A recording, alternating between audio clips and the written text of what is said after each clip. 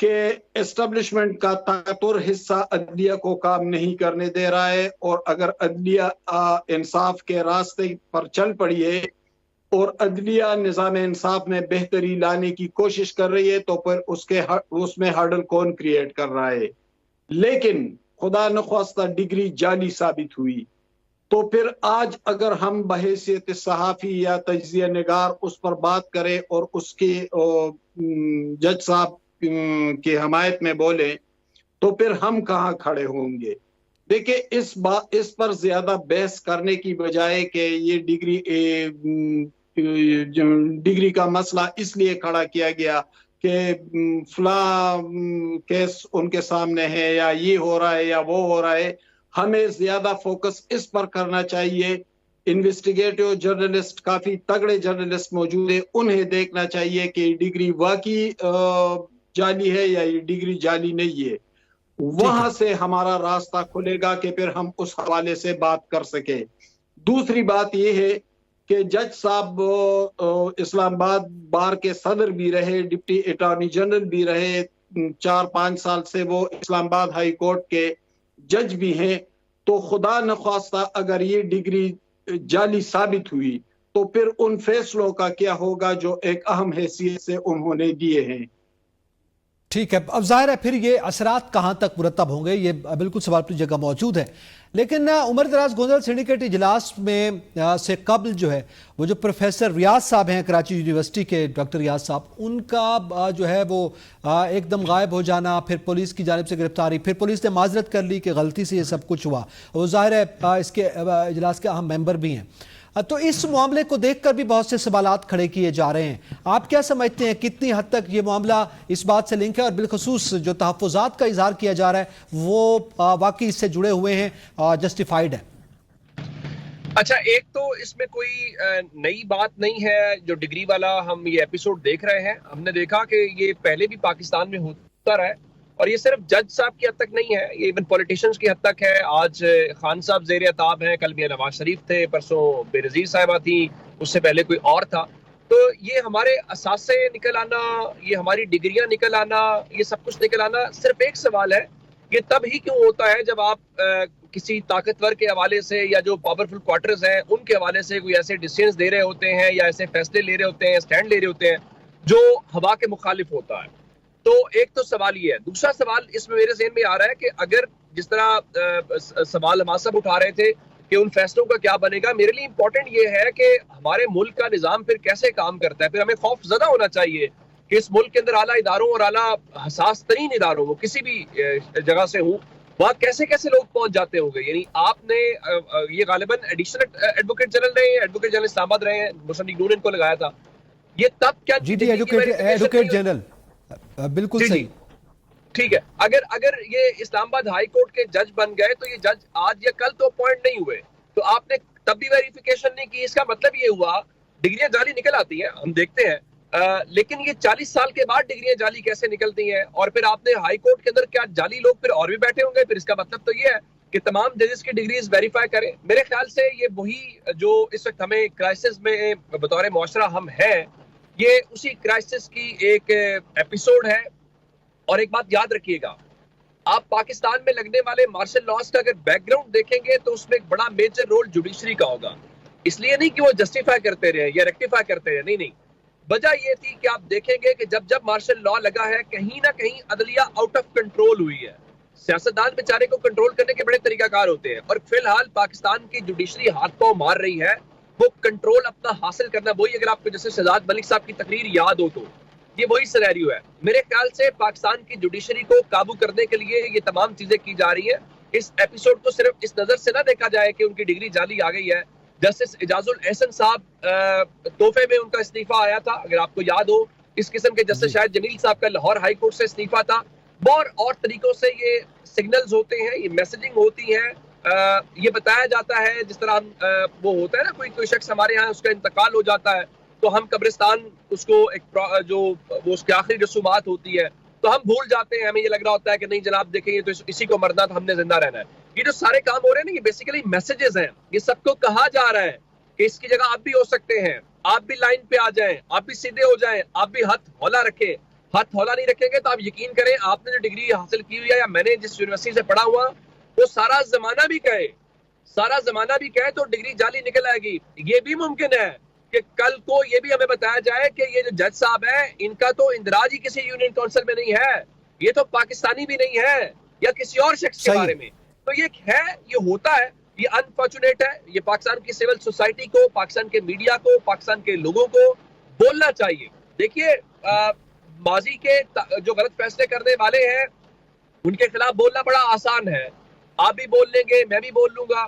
اصل بات یہ ہے کہ جب آپ کے دور میں غلط ہو رہا ہو, آپ کا اصول یہی ہے کہ آپ اس وقت بولیں قطع نظر اس سے کہ آپ کے کیا نظریاتی اختلاف ہو سکتا ہے. بالکل صحیح. یعنی آج کے زمانے میں جو کچھ ہو رہا ہے اور پھر اس طرح کے جو اقدامات کے اثرات کہاں تک جائیں گے, یقیناً یہ اپنی جگہ پر ایک موضوع ہے, اور پھر یہ سسٹم کے حوالے سے بھی سوال ہوگا اگر یہی صورتحال بنتی ہے. اس پہ مزید بھی بات کریں گے. اس کے ساتھ ساتھ چیف جسٹس سپریم کورٹ کی ایکسٹینشن کے معاملے پر جو حکومت وزیران کے متضاد بیانات ہیں اس پہ ذکر کریں گے. ایک بریک کے بعد ساتھ رہیے گا.